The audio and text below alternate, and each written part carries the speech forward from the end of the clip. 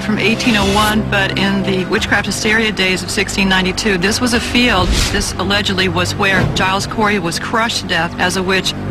Many believe that Giles's ghost is a bad omen, appearing only before a major disaster strikes Salem. In the early 1900s, the town caught fire, and for about a week before Giles was seen out near the Howard Street burying ground, the town caught fire and over a third of the town burned.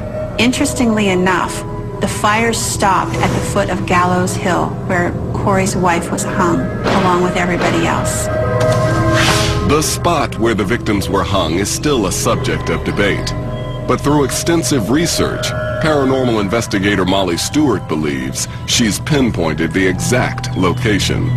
This is the closest we can come to where the hangings took place. Now, of course, the hanging tree is not here. It would have been behind me. When they cut the victims down from the ropes, they rolled and tumbled to the bottom of the ravine, and that was their final resting place. Some reports suggest that the victims' spirits still linger at Gallows Hill.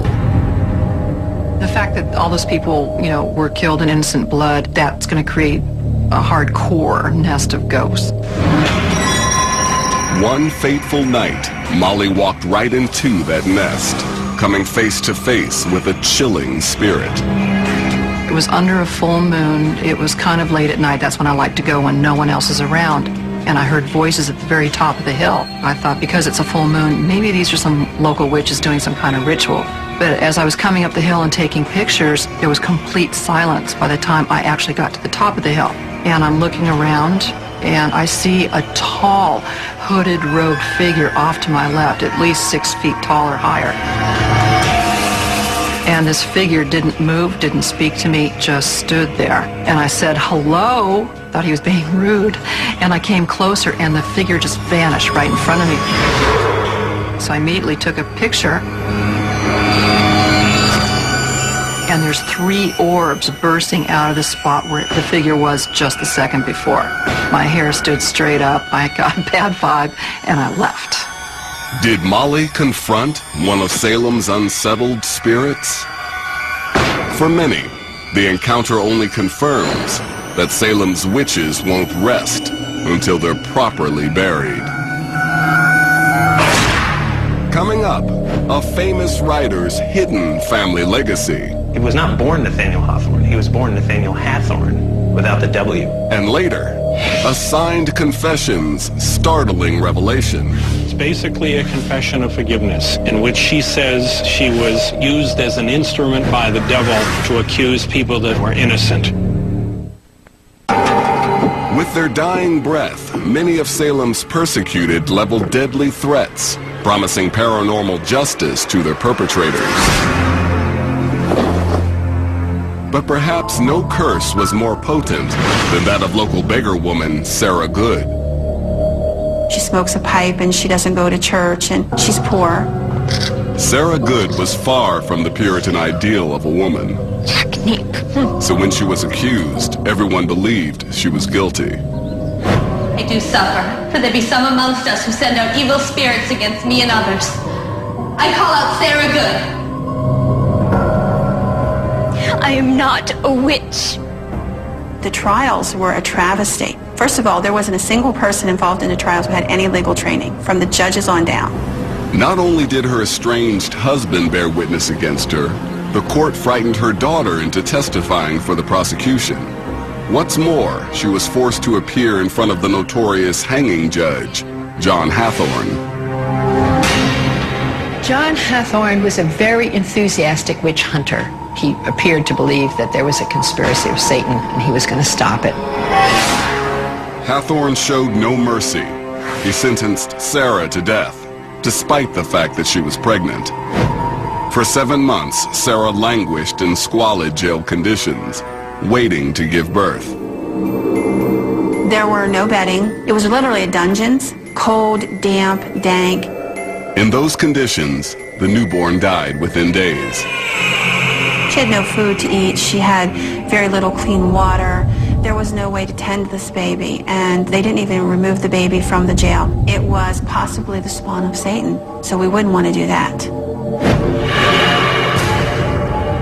Sarah's other child, Dorcas, didn't fare much better. Soon after her mother's sentence, Dorcas became the youngest person to be accused of witchcraft in Salem. The witch trials went so far, it just defied logic. They arrested a 5-year-old little girl and put her in the dungeons with everybody else. What could she possibly know? But the girls claimed that her mother, Sarah, taught her how to be a witch. With Sarah's life destroyed, her children gone, she showed no signs of remorse on the gallows. But before she died, she let the world know her wrath. Reverend Noyes asked her on the gallows one last time if she would confess to being a witch. And she said, "I am no more a witch than you are a wizard. If I am executed, God will give you blood to drink. God will give you blood to drink." The paraphrase of passage in Revelations about people who persecute the innocent. After Sarah's execution, many forgot about the curse. But 25 years later, Sarah got her bloody revenge on Reverend Noyes. he probably had an aneurysm. It burst and just flooded the throat and lungs with blood. And yeah, you choked to death on your own blood. So God will give you blood to drink? He did. Over a century later, the curse would torment one of the most famous descendants of the Salem witch trials, 19th century author Nathaniel Hawthorne, notorious for his dark, Gothic stories about the underbelly of Puritan beliefs. Nathaniel Hawthorne was especially interested in Sarah Good's curse, God will give you blood to drink. Born in Salem, Hawthorne's family ties to the witch hysteria and the Sarah Good curse ran deep. He was not born Nathaniel Hawthorne. He was born Nathaniel Hathorne without the W, and he was the great-great-grandson of Judge John Hathorne, who sent so many to the gallows at Salem. The same Judge Hathorne who sentenced Sarah Good to death. Nathaniel Hawthorne was mortified by his association with the hanging judge, ultimately transforming his horror into a novel that exposed the hypocrisy and injustice of the witch trials. Hawthorne's novel, The House of the Seven Gables, was a chilling reworking of Sarah Good's curse. I think that Nathaniel Hawthorne in some way was trying to expiate the curse that he felt had fallen on his own family. By writing about it in this novel, he was trying to set right a wrong. The setting of the novel itself was inspired by a discovery the author made in the Hawthorne family home. In the 19th century, the house's original structure was hidden by major renovations. It looked very different. There were only 3 gables. There were Italianate decorations on it and some Gothic trim. It was on a visit to the attic that Hawthorne made an intriguing observation. Supposedly, Nathaniel Hawthorne had come to visit and gone up to the attic and seen these scars of where the original 7 Gables were, and mentioned that, well, the House of 7 Gables, that sounds well.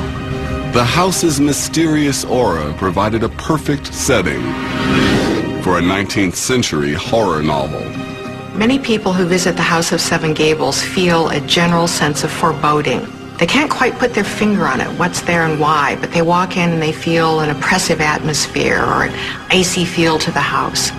More than 100,000 visitors cross the house's threshold each year, and many report strange encounters. One witness was up on the highest floor and saw a chair rocking by itself.